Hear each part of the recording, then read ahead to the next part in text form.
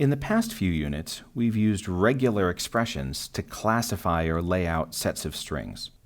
It turns out that grammars can encode all of these regular languages or regular expressions that we've been working with previously. Here I've written a grammar for number that's going to recognize exactly the same language, exactly the same set of strings as the regular expression above. We can rewrite number to be a digit followed by more digits. And this construction is meant to mimic or get the same idea as this plus.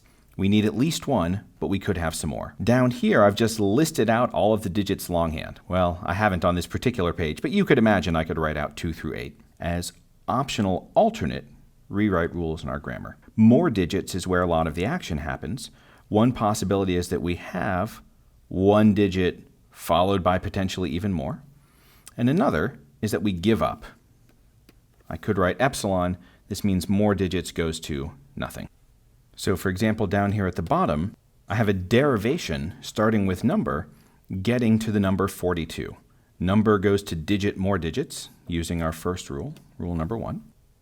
And then we're going to turn more digits into digit more digit using rule number 2. And then, oh my gosh, classic professor mistake. You cannot take me anywhere. Shoop. Oh, look at wraps. That was amazing. And then from digit more digits, we're going to turn more digits into the empty string using rule 3. So now we're left with digit nothing.